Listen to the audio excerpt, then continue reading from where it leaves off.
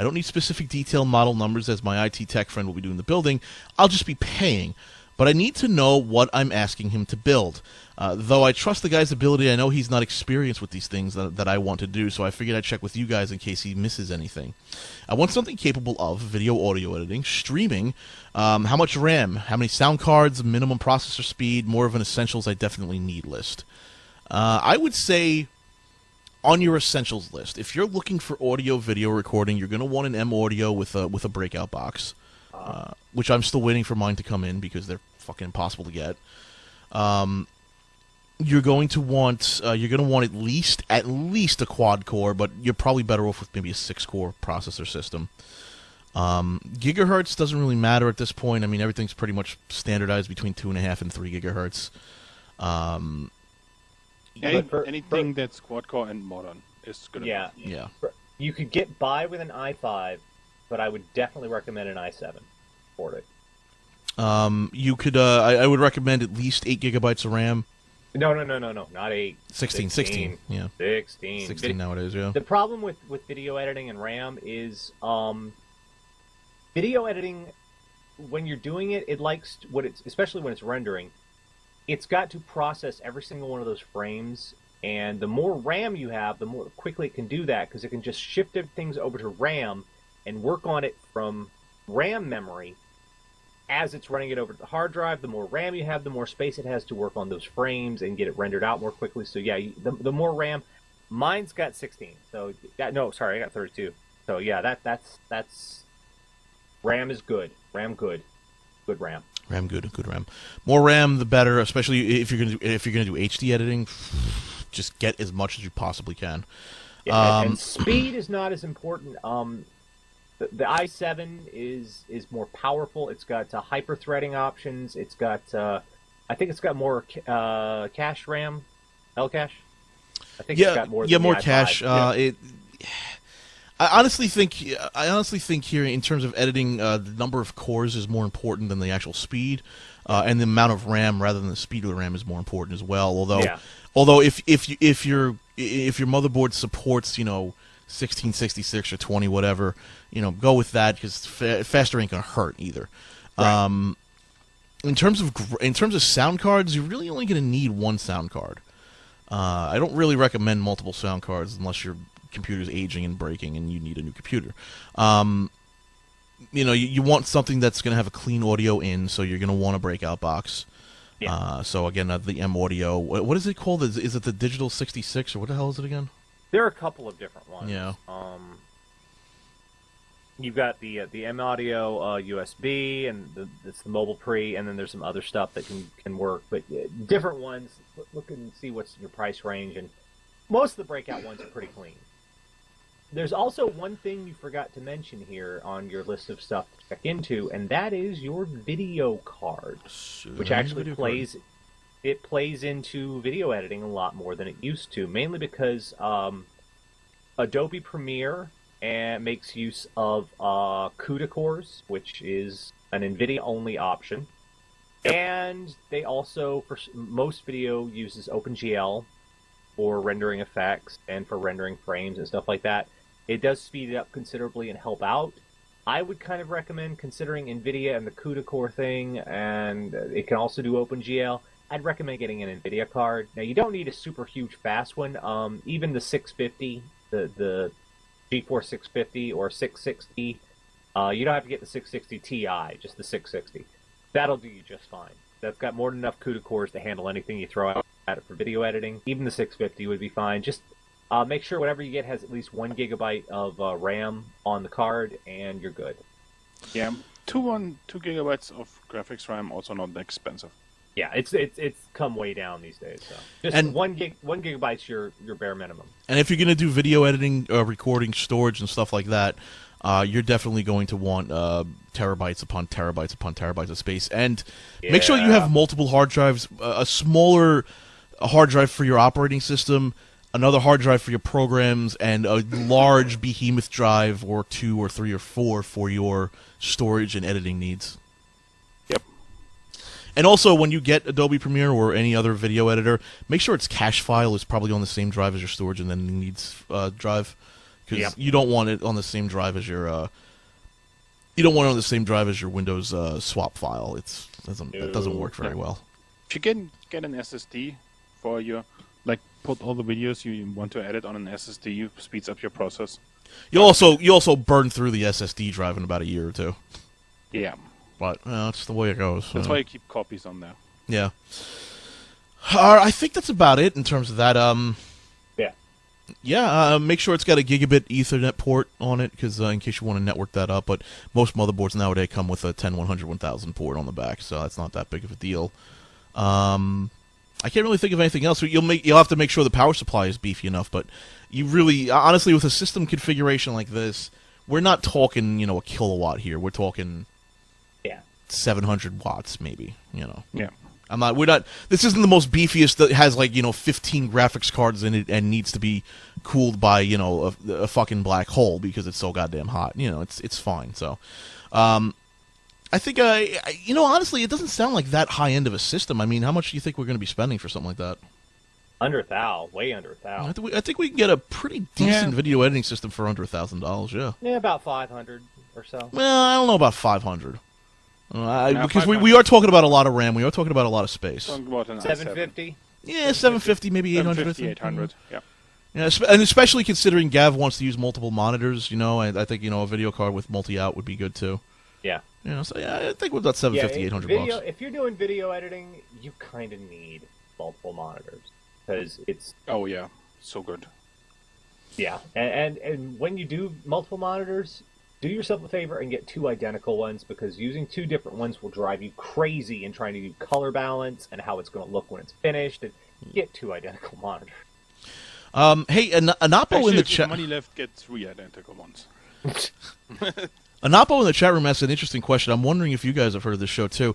He says, "I'm wondering if Nash Lord Cat and the German guy I keep forgetting the name of, his name's Maluku, have seen the only other real tech show on the net called Raise the World." No, I have not. No, I've never heard of that even before. heard of it. I have to check that out. I've never heard of that before. I like to imagine that we're one of the few real tech shows out there, as opposed to all the other fake consumer expose shows that are out there, like Twit, where basically they talk about Apple and they're like, "Ooh, what about this next Apple device coming out? Can I spend money on that?" Versus, "Hey, we deal with technology. Let's fix it." Yeah. They're kind of other. I like some podcasts, some tech podcasts. It depends. I know what kind of people they are and what they like. I can kind of. Oh, they like Apple, so I don't get Apple buying advice from them. But on the other hand, they often have good insights. So, Mark, what do you mean Apple buying advice? It's not buying advice. It's Apple make it, buy it. That's not buying advice. It's telling you to buy something. now the podcast actually gives you buying advice. Like they had some Apple products, they said nope. Hey, Yope-san has a question. Hello, Lord Cat Maluku and the guy behind Nash. Hi, guy behind Nash. We haven't seen you in a while. I recently decided that, man, I need a third screen, and as I have an extra LCD screen lying around, that shouldn't be a problem. Well, my graphics card only supports 2. I remember in the older episode, Nash talking about using 2 different graphics cards, so that might be an answer. So, what kind of card should I buy, and what do I have to keep in mind when installing it? Do I need a specific software for having 2 cards? Well, I think the biggest thing you need to keep in mind is, do you have a second PCI Express slot? Yes. If you have, great! Just get another video card, you're good! yeah. Well, no, probably not pro just, tip: get one from the same manufacturer. Yeah, not Get- just another video. You can't. Don't get an ATI and an NVIDIA together. Don't do that. It works, Nash. It It works. but it's a pain in the butt. Yeah, you're kind of lucky if it does. Yeah. My recommendation is, if you have an ATI card right now, and if you have a second PCIe slot, then get the near low level ATI card they have available and plug in the second one, because you don't need super power on the second one. Yeah, get a current one. Get a low current one. Right. Like if you have a 7970, get a 7400, something like this. If it's NVIDIA, then do the same thing. I would recommend, from the NVIDIA, get the 640, because it's not the bottom of the barrel. It's got a little bit more power to it, but it's also not super expensive. It's under $100. It's way under $100, I think. So yeah, get the 640. But yeah, you do need 2 PCIe slots to make that work. Yeah, don't get a PCI one. Oh god, don't get a PCI. No, don't go PCI. We've already spoken about this earlier in the marathon. PCI one is going to be horrendous for you. If you don't have a PCI Express X16 slot and you've only got an X1 slot, you could go with an X1 graphics card. It'll work. The performance. You could also go with an X16 graphics card if that's cheaper, but you have to kind of break out the little plastic thing. Yeah, you got to. That kind of blocks it from putting you in, but it's work and it's supposed to work. It's supposed to. It won't be very fast. No, it won't be as fast as an X1 card. No, it won't be. But But it doesn't matter because you're using your primary graphics card for gaming. Yeah, and it doesn't slow down the other one. Yeah, the other one won't slow down, and the best part is even if you are using an X16 card and an X1 slot, it'll be faster than a PCI card will ever be. Yes. It's amazing how you can force backwards compatible technology into a modern technology into itself, and it's still better than old tech. Yeah. He's got a second question. I recently found a mini ITX motherboard with processor and RAM for €5 and decided that this is the moment I build the mini MAME cabinet I've always wanted to. All right. I have no real problems with it. I just like your opinion whether I should install Windows 7 or Linux. Linux. Here's why you install Linux and not Windows 7.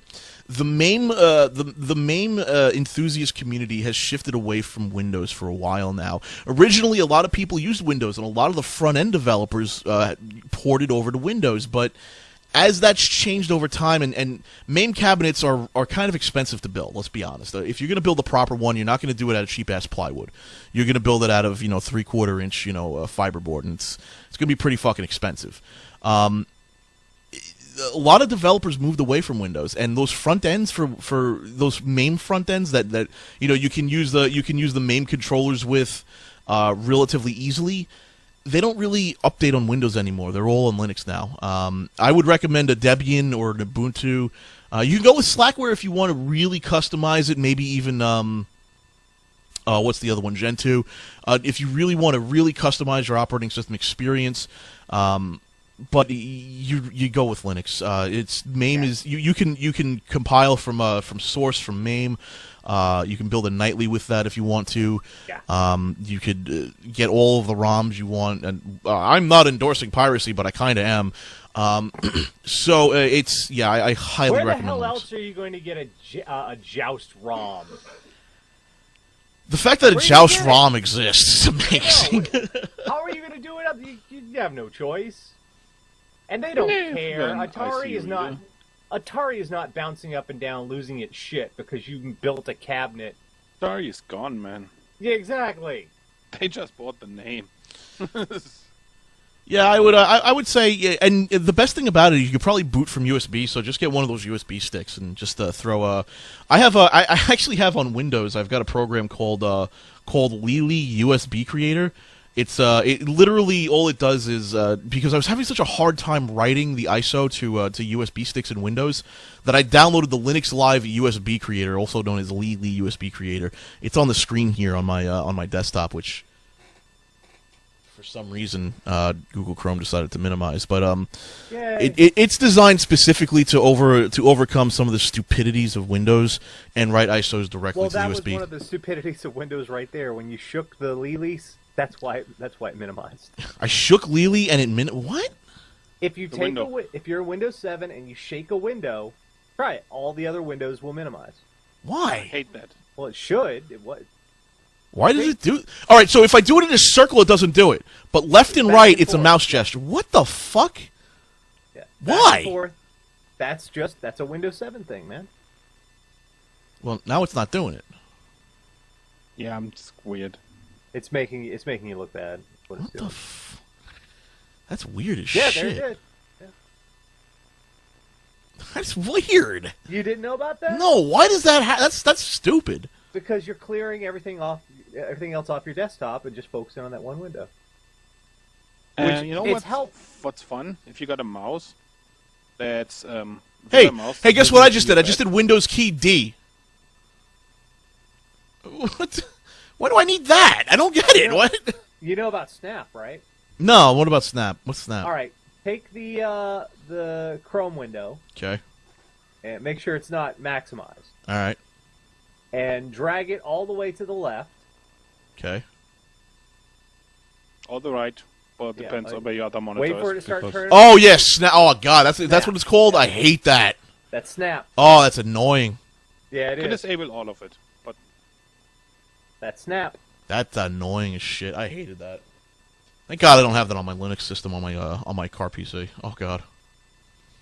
I know you. I guess you could turn it off, but that left to right thing, I never knew that. I've never done that. Yep. Like, why would I do that? I don't understand. Why? well, if you have a jumpy mouse and you want to move a window, then you're kind of ready to murder anybody Well, working at if Microsoft. you had like 12 damn windows open and you just wanted that one and everything else minimized, it's a quick way to do it. Well, that's interesting, but I got Windows Key D. People don't know keyboard shortcuts, dude. They don't. They just don't. The keyboard is the most amazing input device ever created by man. Yes. No. All right. By the way, good luck with your MAME cabinet build. That's one of the reasons I'm building a car PC is so I can play MAME games in the car. So that'll be fun. Anti-Troll writes in, says, hello, Mafia, one and all, but in This particular... hurts me. This question physically hurts me. But in particular, Nash, a bit of a tinkering project that I'd like to bounce off of someone who knows if it's a bad idea or not. I read how you can combine some scrap metal wood, some magnets and wire with a few things from a music store to produce a cheap-ass electric guitar. I further had a thought. If a cheap USB sound card was included into the mix, one could use a computer as the amp. Well, after price-checking all the materials, totaled under $15. So, keeping in mind this is not going to be professional, can you think of any place where it could go off the rails? Also, do you think that this is a fool's errand, and even doing so, see if it's possible a waste of time? Yes. Well, now Yeah, here's a because question, you though. need the high CI and input. Well, here's a question, though, Nash. Wasn't the first electric guitar basically magnets and wire? And it sounded like shit. Here's the biggest problem on this one. Interference. Whatever you're going to put together here and build is going... it might work, it might make sound, it might make noise. You know what it's going to do? Because it's going to pick up every EM interference from every fucking where. It's going to be buzzing and loud and obnoxious, and sure, you can put it together, but it's going to sound like crap. What's the point? $15? Okay, well, here's an idea. All that time you've expended in building this thing just to see if you could have just spent, $50 on eBay and gotten a crappy Strat knockoff, and then maybe get some better pickups and a little bit of adjustment and a little bit of upgrading, and you can make a kick-ass guitar out of a super cheap one. That's your better option. Now, the other thing you're suggesting is not so bad. I don't have any problem with anyone building a guitar body. That's a cool thing to do. And you could build a guitar body and just bolt on a neck and get some other parts and whatnot. But he's asking... just plywood body guitars, no. Never do a plywood guitar. With electric guitars, resonance matters. And resonance is the sound that comes from the vibration of the wood. Shut up, not like that. Plywood does not resonate. It's layers of wood that are glued together. Thin layers of wood that are glued together to make a solid block, and it doesn't resonate. It sounds like you don't get a good sound off of it. You recommend scrap oak or pine you also have. No. Pine doesn't resonate very well. Maybe a little bit for a speaker box you can get away with pine, but not for the guitar itself. Oak, hell no, it's too heavy and too dense. Your best woods for a guitar.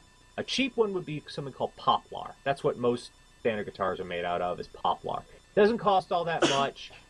It resonates really fairly well. You could also do stuff like mahogany. People like mahogany guitars. Maple is another good one. Swamp ash is, not only does it resonate really well, it's also really light, and it gives you a nice warm tone. Swamp ash gives you a really warm tone to it. That's what mine is. Could you do a sheet metal guitar? Technically, you could. Hell, Ampeg released a plexiglass guitar. I think Keith Richards from the Stones played it for a while. Yeah, there's a plexiglass guitar. You could do it. Would you recommend it? Papercraft. Okay, you wouldn't recommend it though. Ew. Stick with Not wood. of paper guitar.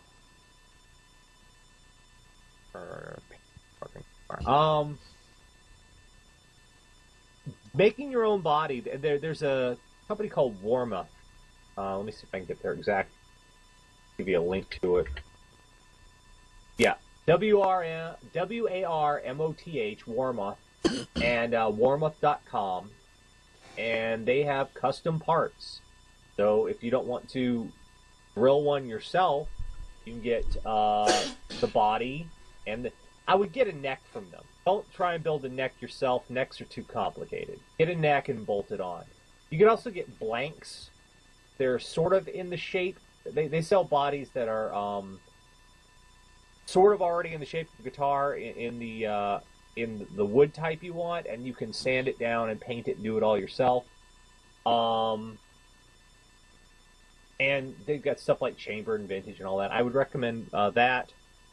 But really, your best option here is get a cheap Squire, under $100. Get a brand new Squire and buy some better pickups for it. You can get great pickups on eBay because pickups are like microphones. They are microphones.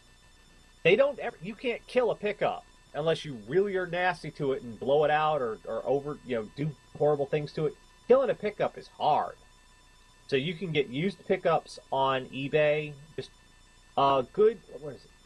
Seymour Duncan is a pickup manufacturer, and that's SeymourDuncan.com. And I recommend Seymour Duncan's because you can go to their website, you can look up all the different makes and models they have, and you can hear how they sound. Then once you have the make and model, you go to eBay, you look for a used one, there you go, there are your pickups. I'd get a Squire, Strats are easiest to work on. I'd get some Seymour Duncan pickups. I'd take off your pick guard, I'd wire in those pickups, which is so easy. All you need is a soldering iron, wire cutters, and a Phillips head screwdriver, and some electrical tape, and you're all good. And that's your cheap, easy way to make a great sounding guitar. But all the stuff you're recommending, $15 sounds like a great deal until you realize you're looking at days and weeks of frustration. So it's a problematic thing to build this one from scratch. Oh hell yeah! All right? This is going to sound silly, Nash. Huh? But what if you built a sheet metal guitar with just magnets and wire, but you surrounded the whole thing. You surrounded the whole thing in a what is the name of the cage? Faraday cage? Yeah, Faraday cage. I guess. Wouldn't a sheet metal guitar be a Faraday cage anyway? Nah, it depends. If you close it up. How do you get to the strings then? But they're on top of it. Yeah, they're on top of it. He's talking about the electronics. Yeah, I mean, could you do that then? Add a Faraday cage to this, or make it out of sheet metal? Why do you want to make a sheet metal guitar? It'd be fucking metal, dude. It'd be heavy, and it would. Here's the other thing: the resonance. It would be very metal. Well, that's what I'm really asking about, though, is the resonance. I mean, is that? It would sound awful because it'd be like a great big old echo chamber in there, and the sound would be all over the place. It would be a mess. All right, so let's not say sheet metal. What if you did cover the internals in a Faraday cage? Well, that's kind of what people do. If even in the wood guitars, on a Stratocaster, what you do is you take off the pick guard, and then they make double-sided or conductive all the way through, I should say, copper tape. And what you do is you put this tape along the inside of that cavity in the guitar, and then you wire the ground to that tape, and you've shielded the guitar because it makes a cage. It blocks out the interference. Interesting. I've got it. I've done that on my guitar. That sounds like it would work really awesomely. To be honest with you. But then, I mean, so what's the difference then in pickups unless you just wanted to? What difference does the pickup make then? Is what I'm asking, because versus say just the magnets he's going to use. Well, pickups are the magnet. Yeah. The difference is impedance, how tightly wound the coils are, quality of the build matters too. But the difference in how they wire it, the difference in how many turns of the coil are on it, make a difference in how they sound. Some of them sound brighter, some of them sound warmer, some of them are better suited for, say, blues or alt or heavy metal. In fact, most heavy metal pickups are what are called active pickups. They have their own power to them. They have like a 9-volt battery inside the guitar to power the pickups in addition, because they're higher gain and they sound different. So it all depends on how they're constructed in how you get a better sound from them. Cool. All right.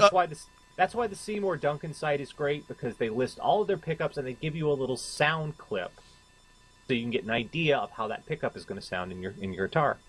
So at the end of it, I learned something today. So at the end of it, building a guitar is both a is a science. It's an art, and it's really fucking hard. Depends. The reason I recommend the Stratocaster is the most modular, easy to work on fucking guitar out there. Even a Stratocaster clone. They're all put together about the same way. It's kind of like, your basic PC case. Yeah. That's your Stratocaster. It has Stratocaster's ATX. Yeah, Stratocaster's ATX. They've got a standard pickup size. You can, if you want to put different types of pickups in there, like if you don't want to use the standard single coil, 3 single coils, well, you can just swap out a different pick guard. That's that big piece of plastic that's on the front of a Stratocaster. Mm-hmm. It's called the pick guard. And that's what holds the pickups in there. You can put different ones in there with just a standard screwdriver, can put them in there, just Phillips head. Or you can put an entirely different pick guard on there entirely and use 2 humbuckers or 2 single coils in a humbucker or 1 single coil. However you want to set it up, all the electronics are contained on that pick guard. So it's very modular, very easy to swap in and out. And it's also easy to build, because the neck is just bolted on with 4 screws. The pick guard is held in place with like 8 screws, and the mechanical parts are very easy to put in there. The Stratocaster is the easiest one to take down and rebuild. So if you just want to tinker around with the guitar and change out the sound and get it the way you want it, Stratocaster is the most fun one and easiest one to play around with. And even a cheap Stratocaster clone, there's a company called JT Terser that makes some really good quality Stratocaster clones for very, very cheap.